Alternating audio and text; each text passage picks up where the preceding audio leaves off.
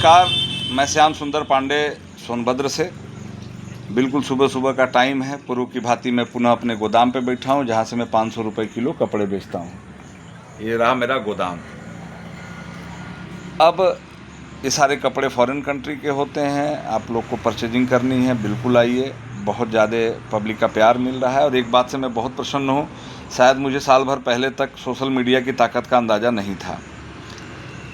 इतना powerful platform है ना कि आप कुछ भी यहाँ से कर सकते हो अपने जीवन के लिए, जो चाहो कर सकते हो। मतलब बहुत अच्छी प्लेटफॉर्म है और ऑडियंस बहुत प्यारी है, लोग बहुत प्यारे हैं। और अगर आप अच्छी बात करोगे तो लोग कम से कम बैठिए लोग आप अच्छी बात करोगे तो लोग कम से कम उस बात को समझेंगे भी, जैसा कि मेरे साथ हो रहा है। मुझे नहीं एक्सपीरियंस था कि मैं बोलूँगा कुछ भी तो लोग सुनेंगे या इस तरीके से रिएक्ट आएगा। कुछ लोगों का ब्लेसिंग्स आएंगे, उनका आशीर्वाद आएगा, उनके तरफ से प्रोत्साहन मिलेगा कि आप ठीक कर रहे हो।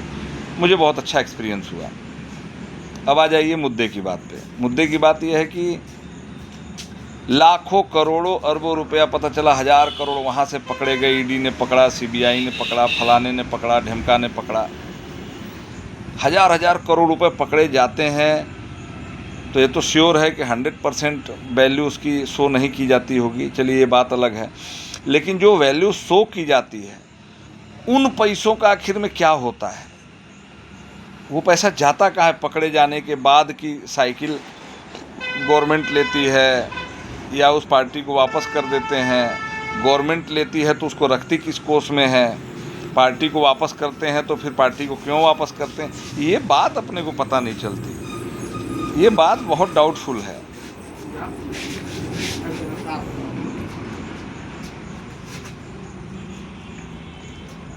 तो जो पकड़े जाने वाले पैसे खूब टीवी में कि मशीनें गिन रही हैं 75 दिनों से, बैंक वाले लगे हैं, डिजिटल मशीनें आई हैं, वो सारी बातें समझ में आती हैं। लेकिन वो पैसा पकड़े जाने के बाद क्या होता है ये आज तक नहीं पता चला। और ये सवाल इसलिए उठ करके आ रहा है राम मंदिर के बाद से। राम मंदिर में फिर मैं एक आदमी को निरपराध मानता हूँ, बहादुर मानता हूँ। हाँ, मजबूर हैं वो थोड़ा सा।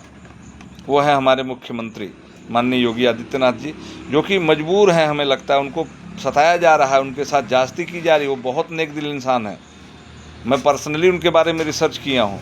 उनके साथ खेल खेला जा रहा है, तो उनको तो मैं कहीं से भी टारगेट में नहीं ले सकता। He is so nice person, बहुत अच्छे व्यक्ति हैं वो। लेकिन बाकी के लोग तो दुनिया देख रही क्या असर हो रहा है, क्या लोग कर रहे हैं। तो राम मंदिर में चोरी के बाद ये सवाल मेरे मन में पैदा हुआ कि भाई चोरी तो ठीक है, जब मंदिर में नहीं बचा तो कहीं नहीं बचेगा। लेकिन जो 1000-2000 करोड़ पकड़े जाते हैं, इसका एक्चुअल खेल क्या है? पकड़ने के बाद वो पैसा क्या होता है? जनता की भलाई के लिए लगता है? क्या होता क्या है? तो अगर आप में से किसी को आइडिया हो ना तो सार्थक कमेंट कीजिएगा, निरर्थक नहीं कि खा जाते हैं, चोरी कर लेते हैं, ये तो मुझे भी पता है। लेकिन उसके अलावा कोई आइडिया हो तो लीगल नॉलेज हमको चाहिए कि आखिर में पैसा होता क्या है। कोई अधिकारी हो तो प्लीज़ हमें कमेंट करें। कोई जानकार हो, ED, CBI, vigilance, crime branch जो भी हैं, उनके कोई अधिकारी हों, है ना, तो हमें प्लीज़ कमेंट करें। थोड़ा नॉलेज चाहिए और कुछ हमें जानना वानना नहीं है। जान के मैं कर भी क्या लूँगा? बस केवल मुझे नॉलेज चाहिए कि इसका क्या होता है। तो ठीक है, जैसा ईश्वर चाहेगा वैसा होगा और ईश्वर ने जो चाहा वो अब तक हुआ। और एक आदमी ने कमेंट किया था कि राम मंदिर के अपराधियों को सज़ा नहीं मिली। सज़ा मिल गई, दिख नहीं रहा आपको? कैसे मिली बताइए? चंपत राय जो पूरे मंदिर में खुद को खुदा समझ करके घूमा करते थे, प्रोटोकॉल से लोगों का दर्शन कराया करते थे, क्या आज वो अपने लिए जाकर के दर्शन कर सकते हैं क्या? भगवान ने उसी साम्राज्य में उन्हें बेइज्जत करा दिया जिस साम्राज्य के वो आधिपत्य रखते थे, यहाँ के वो राजा कहे जाते थे। चंपत राय जी, भगवान ने उसी साम्राज्य में उन्हें नंगा कर दिया। यही तो सजा है। भगवान भाला त्रिशूल थोड़ी मारते हैं कि आके गड़ा दिए त्रिशूल, मर गए तुम। ऐसा भगवान नहीं करते। भगवान को और भी काम है। इन छोटे छोटे चोरों को मारने के लिए भगवान क्यों आएंगे? इनको तो यहीं से बस ऐसी स्थिति पैदा कर देंगे कि तुम वहीं बेइज्जत हो जाओगे। तो जो लोग चोरी में थे, क्या वो बेइज्जत नहीं हुए क्या? तो आप लगता है भगवान सजा देते हैं। भगवान ने सजा दिया। अब आप जिस घर में शान से रोज़ जाते हो, उस घर में आपके लिए ताले न खुलवा पाएँ और आप उसके दरवाजे तक न जा पाएँ, तो इससे बड़ी सज़ा और क्या हो सकती है? बाकी तो न्यायपालिका का काम है, न्यायपालिका करेगी। उम्मीद है कि सरकार उन चोरों के साथ जो है सख्त रवैया अपनाएगी। बाकी समय के हिसाब से सब कुछ सबके सामने आएगा। जय हिंद, नमस्कार, वंदे मातरम।